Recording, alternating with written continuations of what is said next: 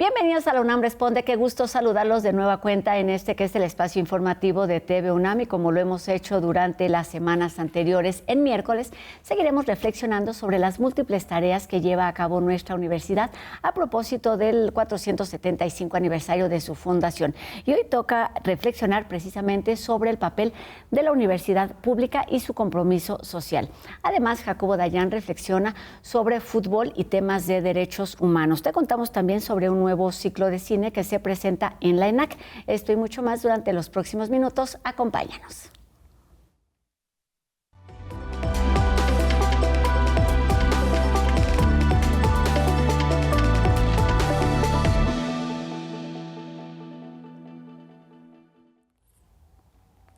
Revisemos la importancia histórica y el valor actual de nuestra universidad como institución pública, reiterando su compromiso social a propósito del 475 más. Hoy platicaremos sobre cómo ha ido fortaleciendo diferentes proyectos que dan respuesta a las diversas problemáticas que enfrenta la sociedad mexicana a partir de líneas de estudio, propuestas que se generan desde sus espacios en la docencia, la investigación y la difusión. Y para ello damos la bienvenida a la doctora Marcela Amaro Rosales, quien es la directora del Instituto de Investigaciones Sociales de nuestra universidad. ¿Cómo estás, doctora? Hola, ¿qué tal? Buenas tardes. Muchas gracias por la invitación y bueno, un gusto de estar aquí para hablar de nuestra universidad. Para hablar y unirnos de diferentes maneras a esta celebración que se ha llevado a cabo a lo largo de muchos meses, y un tema prioritario que a veces damos por sentado es el que nos tiene aquí hoy. ¿Qué significa, qué implica hablar de una universidad pública? Y en este sentido, ¿qué significa hablar de su compromiso social? Marcela. Pues mira, yo creo que hablar del compromiso social de la universidad, obviamente siempre lo pensamos en nuestras tres grandes áreas, ¿no? La formación de recursos humanos, que es fundamental, ¿no? Es, yo diría, como uno de nuestros pilares, la difusión de la cultura y la investigación. En ese sentido, el Instituto de Investigaciones Sociales está enfocado a la investigación y yo creo que, en efecto, pensar en el compromiso social de la investigación, qué significa, y ese es un signo de identidad, ¿no? Si uno lo piensa del instituto, que tiene que ver con su propia formación. La formación tiene que ver con una visión sumamente empírica. ¿Eso qué quiere decir? Que desde 1930 que se formó, estuvo guiado por problemas públicos, ¿no? Pensando en problemas públicos nacionales. ¿Qué quiere decir? Que la investigación siempre se organizó pensando en la sociedad, ¿no? En lo que sucedía más allá de nuestras fronteras, en lo que sucedía más allá de este entorno universitario. Exacto, y con una visión muy aplicada, ¿no? O sea, creo que además otro signo de identidad es la visión empírica, ¿no? Tenía que ver con, no podemos hacer investigación si esa investigación no tiene un asidero con actores sociales, y esos actores sociales pueden ser muy diversos. Entonces, significa trabajar, no solamente ocuparnos de los problemas de la sociedad, que ahora hablaremos de ellos, que son muchos y muy amplios, pero también creo que esa visión ha ido cada vez transformándose más de esa visión multidisciplinaria a una visión también interdisciplinaria, o sea, trabajar con los grupos sociales también, ¿no? O sea, y cuando hablamos de grupos sociales podemos estar hablando desde empresas hasta organizaciones campesinas o grupos organizados que trabajan temas de sustentabilidad, alimentación, o sea, eso me refiero con la diversidad de grupos sociales. Entonces, es una relación, ¿no? Que no solamente tiene que ver con cómo la universidad genera conocimiento, sino cómo ese conocimiento llega y se construye también con esas comunidades de las que estamos hablando. Se aplica, claro, y en este sentido volvemos a otro que parece un lugar común, que es el de la ciencia al servicio de la sociedad, sin importar de qué estemos hablando específicamente. Hablábamos hace algunos meses, ya más de un año, de este aniversario número 95 del instituto. Y hoy estamos hablando de otro aniversario, por supuesto, mucho más extenso, que tiene que ver con casi 5 siglos de historia. ¿Cómo estas diferentes historias se van entrelazando para entendernos como individuos y como sociedades desde la universidad? Pues mira, yo creo que el objetivo de las ciencias sociales siempre ha sido entender, ¿no? Entendernos, pensarnos como sociedad y como las distintas estructuras sociales. Y la universidad ha tenido desde su formación ese objetivo, ¿no? El objetivo de entenderse como sujetos en un entorno mucho más amplio, cómo funcionan esas estructuras sociales. Y de alguna manera la necesidad del instituto, como lo platicamos hace unos meses, ya hace un año. Ya hace un año, exacto. Platicábamos de que el instituto surgió por una necesidad muy clara que tenía que ver con un país que se estaba reconstruyendo, ¿no? Entonces, digamos, no podemos despegar, ¿no? No hay manera de no vincular la labor de una universidad como la nuestra de lo que sucede en nuestro contexto, ¿no? Entonces, nuestro contexto siempre nos está determinando hacia dónde vamos, cuáles son los nuevos problemas que nos estamos planteando. Entonces, era la época posrevolucionaria, y si piensas en la época posrevolucionaria, era la formación de una nación, ¿no? Claro. Estábamos formando una nación y eso implicaba también determinar, identificar una serie de problemáticas que muchas de ellas lamentablemente no se han resuelto hasta el día de hoy. Entonces, pensar en cómo evoluciona el mundo no puede ir desvinculado de cómo evoluciona la ciencia en general y cómo las ciencias sociales, ¿no? hacemos para explicarnos y para contribuir a través de muy diversas formas, ¿no? No únicamente con políticas, con un montón de cosas. Y tiene que ver con dos puntos que quería abordar contigo, que es una, cómo se ha ido transformando la forma de entender esas problemáticas que por supuesto van cambiando y cómo se han ido transformando esas mismas problemáticas con el paso del tiempo. Pues mira, por ejemplo, pensando en algo que dio origen al primer tema de investigación del instituto, que en efecto fue elegido, ¿no? Y entonces, ¿cómo organizamos una temática? Elegido era muy importante porque estaba en un proceso también repartición de tierras, había que pensar en cómo funcionaban los mecanismos legales, económicos, sociales, qué significaba eso, ¿no? Pero eso ha ido evolucionando de tal manera que yo te diría, en el instituto ahora seguimos hablando, tenemos un área de estudios agrarios, pero esa forma ahora se ha transformado completamente. Cuando uno piensa, por ejemplo, en el sector agrícola en México, ahora actualmente, ¿qué ocupa? Bueno, ¿qué va a pasar con la negociación en un tratado de libre comercio, por ejemplo, ¿no? Sí, claro. ¿Qué significa que tengamos reglas internacionales, geopolíticas? ¿Qué significan las migraciones, ¿no? en torno a la producción? ¿Qué significa el cambio de alimentación de la dieta de los mexicanos? Entonces, un problema que en principio, digamos, un fenómeno social que en principio involucraba una serie de variables, se ha ido complejizando, ¿no? O sea, en realidad lo que ha sucedido es que en la medida que este país se ha ido reconstruyendo y que el mundo ha cambiado, pasamos de ser un entorno nacional a un entorno global, ¿no? Nuestras preocupaciones, me parece, por muchos años fueron preocupaciones nacionales y eso se entiende porque, como decíamos, éramos un país en formación, formando instituciones políticas, formando un país que además estaba transformándose de rural a urbano. Y lo hemos platicado en esta serie, alguien nos lo dijo aquí, hubo universidad antes de que incluso existiéramos como nación. Claro, totalmente. Entonces a la universidad le ha tocado, yo no diría acompañar, ¿no? al país en esa formación, sino ser parte de esa transformación del país, ¿no? O sea, digamos, yo creo que la universidad es un actor fundamental y es un actor como muchos actores de la sociedad, pero no somos un actor que vemos de lejos la situación, interactuamos y somos parte de esa situación, somos parte de la construcción. Uno piensa en la construcción de la democracia en México, ¿no? O sea, los estudios sobre participación pública, claro, política, democrática, procesos de elección, todas esas discusiones tienen finalmente un efecto en la población, ¿no? Y eso influye, y la población también influye en lo que estamos haciendo. Entonces, y nosotros somos parte de esa población. Claro.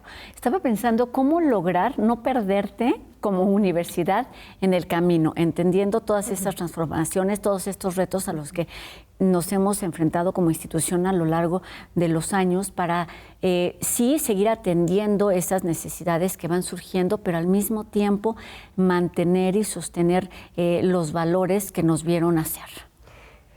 Fíjate que yo pienso, en este momento estamos en un momento trascendental en términos universitarios, en términos educativos, sociales, claro, tecnológicos, que tiene que ver con algo como ha sido la irrupción de la inteligencia artificial, por ejemplo. Sí, por ejemplo. ¿No? La inteligencia artificial viene a cuestionarnos socialmente muchas cosas. Y creo que una de ellas tiene que ver, y es un ejemplo que te quiero poner, en el sentido de hasta dónde esto nos hace repensarnos, ¿no? Como sujetos, como entidad educativa, y cómo mantenemos el pulso de este cambio, ¿no? Que pareciera llegarse abruptamente, pero no llegó abruptamente. En realidad son varios años, ¿no? Decenas de años que ha ido avanzando, y que esta universidad ha ido haciendo investigación sobre inteligencia artificial, que tenemos iniciativas, yo te diría, de avanzada, ¿no? En toda América Latina y a nivel global sobre el uso ético. A ver, entonces, ¿qué quiere decir? Creo que el pulso lo tenemos siempre. ¿Por qué? Porque los estudiantes siempre están cambiando, siempre están en movimiento, y eso nos está marcando el ritmo de muchos de los cambios, de cómo la universidad tiene que adaptarse y cambiar. Y también nuestras investigaciones, ¿no? O sea, la propia investigación te va marcando que hay cosas que no estás viendo tan claramente, pero que están ahí, latentes, ¿no? Entonces, creo que no perdernos implica un ejercicio de autorreflexión, que además creo que eso es muy importante. Creo que en la universidad lo hacemos, y lo hacemos constantemente, ¿no? Pensar en la actualidad de nuestros planes y programas de estudio, por ejemplo. Pensar en la dinámica de nuestras temáticas de investigación.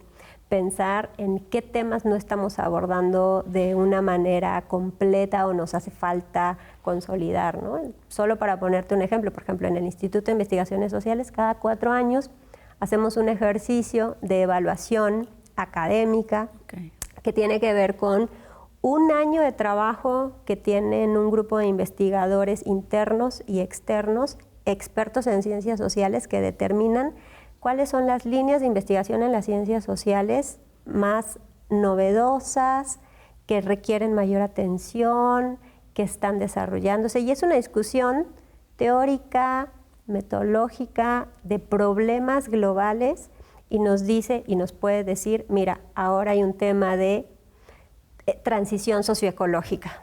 Ahora es fundamental que analicemos temas de transiciones socioecológicas. Y entonces determinamos una serie de temáticas, y eso nos hace a nosotros como instituto decir, estas son las 5 áreas que consideramos. Las urgencias en términos de investigación. Claro, que en los siguientes 4 años tenemos que poner atención y tenemos que hacer investigación sobre eso.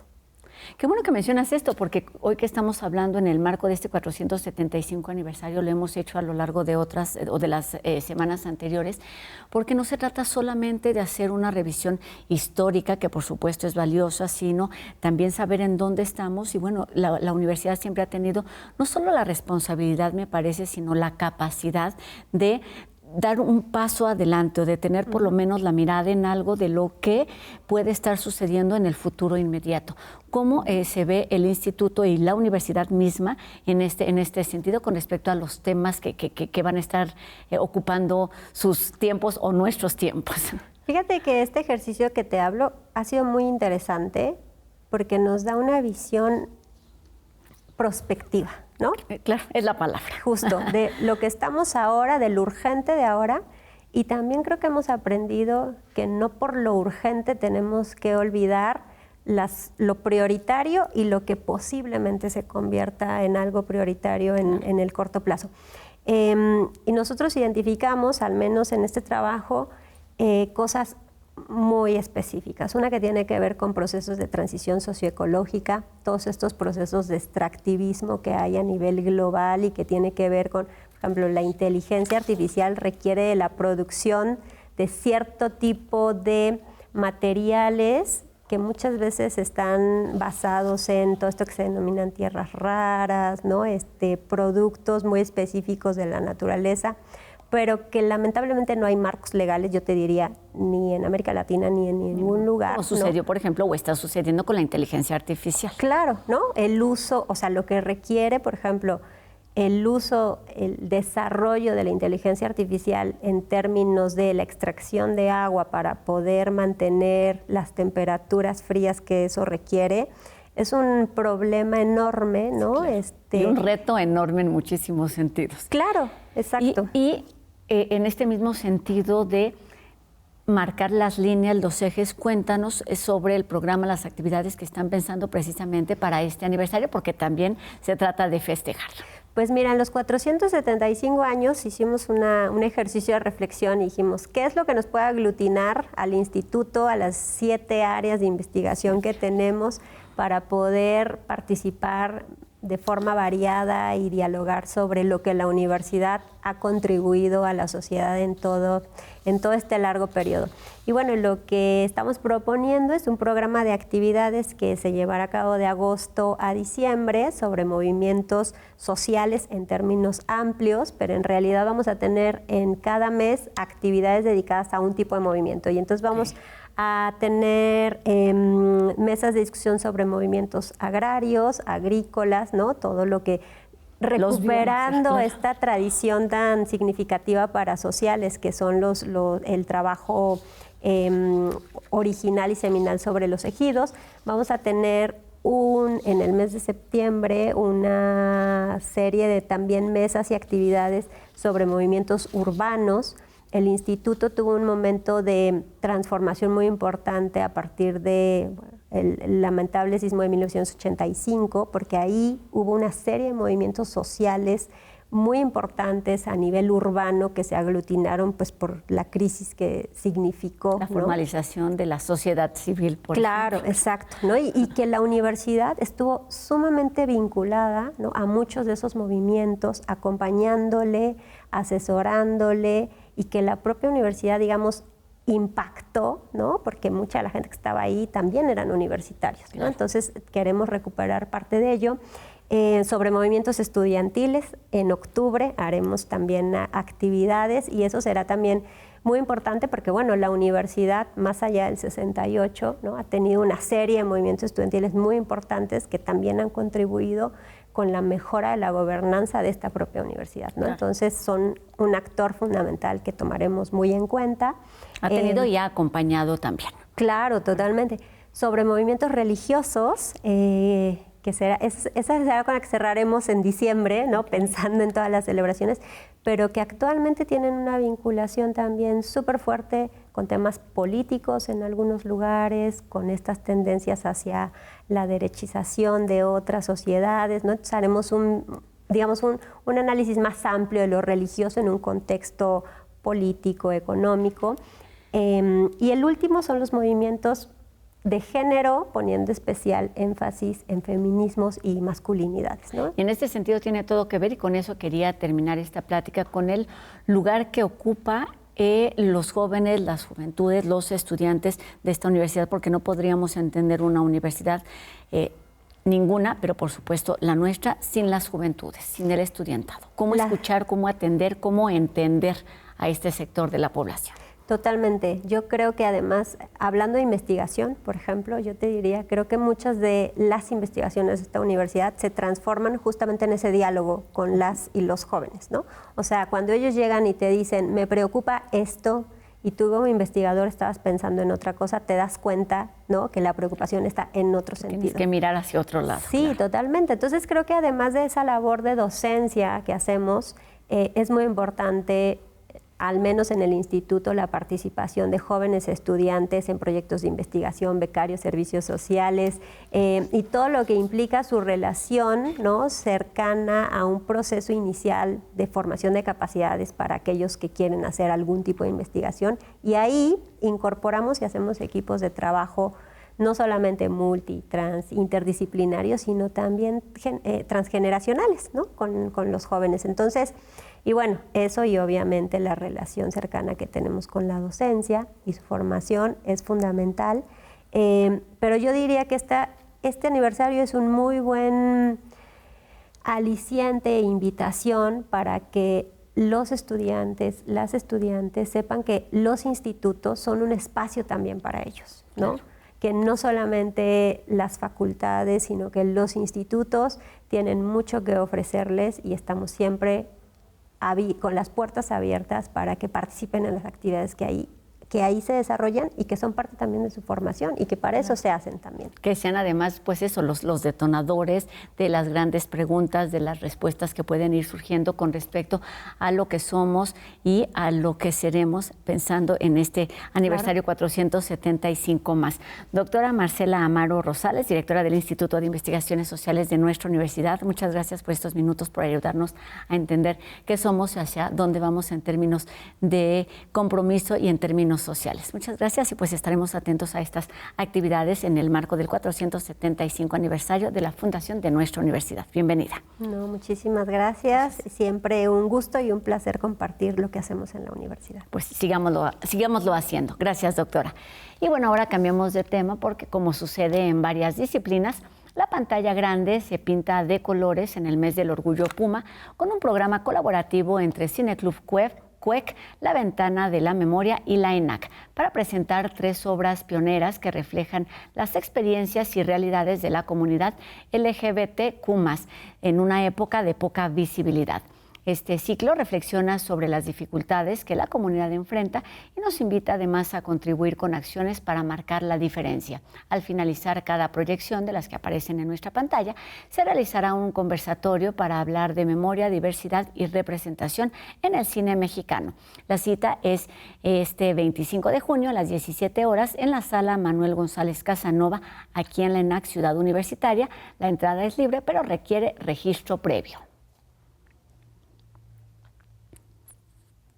Sobre el reto y la necesidad de ser solidarios, empáticos y no dejar de lado los temas prioritarios, como es la crisis de desaparecidos en nuestro país, hoy reflexiona Jacobo Dayan. Escuchemos.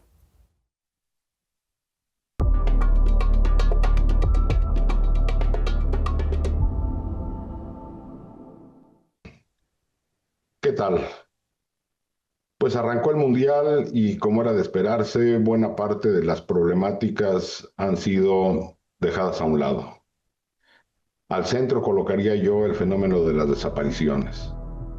No nada más es el gobierno o los gobiernos, también los estatales y el federal, quienes hacen a un lado, patean la lata y no atienden el fenómeno, sino ahora también la sociedad civil. No es un asunto de si se debe de festejar o no durante un mundial, sino en cómo y dónde. Múltiples han sido las actividades que realizan colectivos de familiares de desaparecidos, sobre todo en las 3 sedes del mundial en nuestro país, Monterrey, Guadalajara y Ciudad de México, ante la indiferencia prácticamente absoluta de la ciudadanía. También somos lo que toleramos. También somos lo que dejamos de ver. El fenómeno ahí sigue y un festejo no debe de dejar a un lado el reconocimiento del trabajo que están haciendo estos colectivos, la empatía que debe de existir, la solidaridad, el apoyo y el respeto por su trabajo. Parece que eso ha quedado a un lado. Muchas gracias.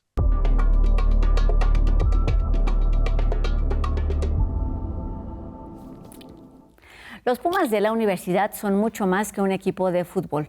Recordemos parte de su historia, valores y misión en el entorno universitario en nuestra cápsula conmemorativa 475 más.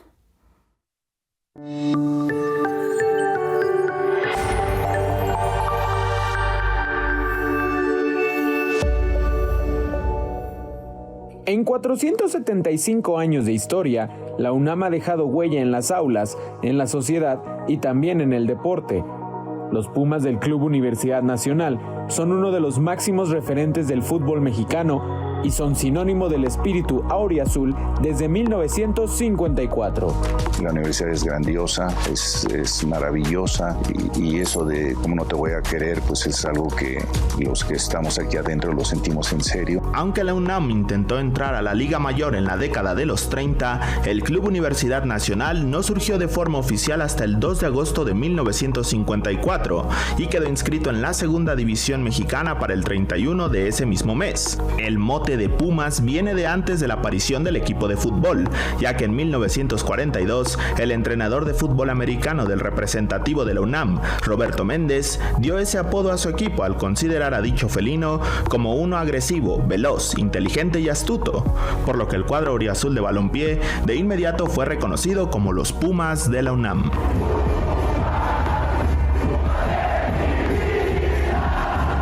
Durante 70 años ha sido una insignia colectiva de pasión, disciplina y entrega.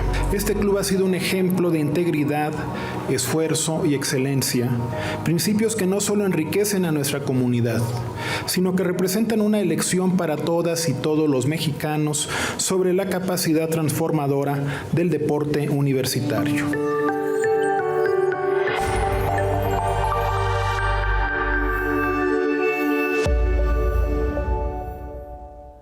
Somos universitarios y somos Pumas. Y con esto terminamos nuestro programa de hoy, agradeciendo a Ricardo Iturbe su participación en la interpretación de lengua de señas mexicana.